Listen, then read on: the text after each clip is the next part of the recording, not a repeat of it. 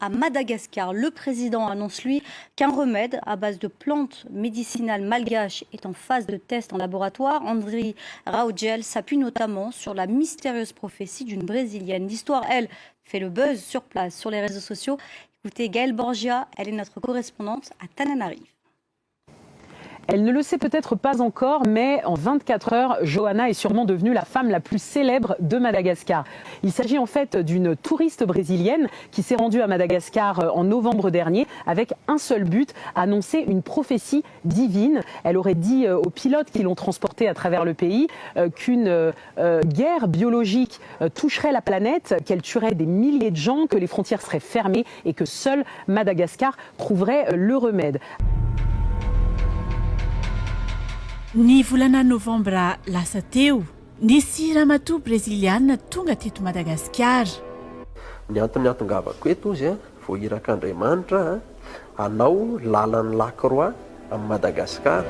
Ireo pirofo no nahitana fa tonga teto Madagasikara ny faha-efatra amby roapolo ny volana oktobra 2024 i Johanna. Ny fahadimy volana niainga teto Antananarivo, nandray sidina ny hazo an'ny Fort Dauphin, ny hazo an'ny Dego kosa ny fahaenina ny volana novambra, ny sidina ho an'ny Mainty Rano ny fahavalon'ny volana novambra, ary namarana ny fanaovana ny famantarana ny hazo fijaliana tany Tomasina ny fahasivy ny volana novambra, ary ny ampitson'io izy no nandao an'i Madagasikara. Noentin'ny finoana izy fa manana anjara lehibe amin'ny famahana ny olana amin'izao fotoana izao i Madagasikara, izay raha ny fantatra. Izao izy rehefa tonga ao Mainty Rano izy tsika dia 30 à 40 minutes fotsiny izy ny angatahako aminareo fa hivavaka aho izy Afaka 20 minitra teo ny sento nakainy ramatoa ary niantso ireo mpanamory mirahalahy nanazava ny zava-misy. Zaho izy niainga tany Brésil, ny raha mpiara-mivavaka amiko any amin'ny izay mpiara-mivavaka amin'ny toerana io izy dia fikambanana mpiara-mivavaka manana révélation. Dia nitantara teo izy hoe nanao cotisation izy mpiara-mivavaka tao zany, nandefanana azy ho aty Madagasikara. Izy zavatra hitranga izy amin'izao tontolo izao, afaka fotoana fohy. Io zavatra io izy ahafaty olona be dia be amina rivony. Ary io zavatra io izy dia biolojika, précisena zay.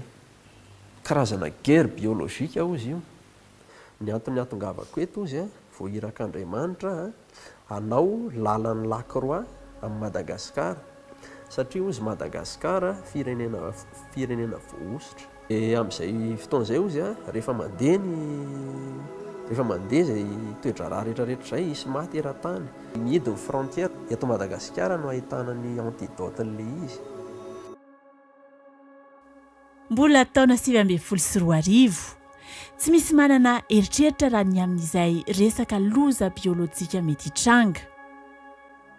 Mampitola gaga nefa ny zavatra avoaka ny vavan'ny ramatoa Johanna. Kisendrasendra ve sa tena fahitana zavatra ho avy?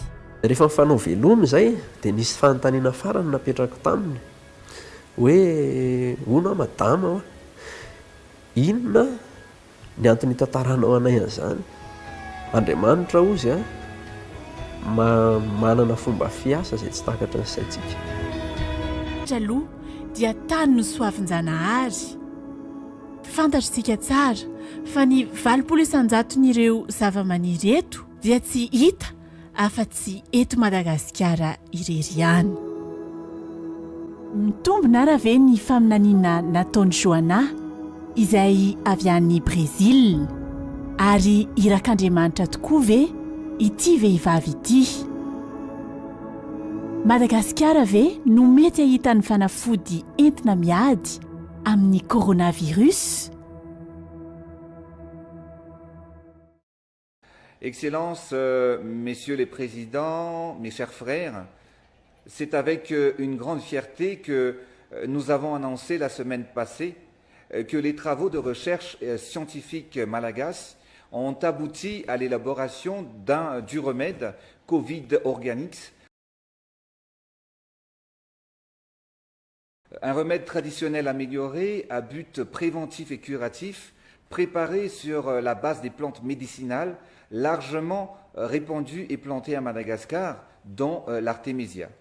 Tous les essais et tests sur ce premier remède ont été menés et son efficacité dans la réduction et l'élimination des symptômes a été prouvée pour le traitement des patients atteints du Covid-19 à Madagascar. Le protocole de traitement curatif Covid Organics s'est avéré plus efficace et surtout moins invasif pour l'organisme que le traitement à base de chloroquine. L'état de santé des malades malagasy du Covid-19 ayant volontairement accepté de tester le traitement a montré une nette amélioration au bout de 7 jours et un total rétablissement, voire même guérison, au bout de 10 jours. À l'instant même où je vous parle, une délégation de la Guinée équatoriale atterrit sur le sol malagasy pour récupérer leur première commande de Covid Organics, que Madagascar, bien évidemment, offrira sous forme de dons pour les malades du coronavirus. Demain, nous accueillerons la délégation de la République de la Guinée-Bissau en charge de la distribution pour les hôpitaux des 15 pays de la CEDEAO.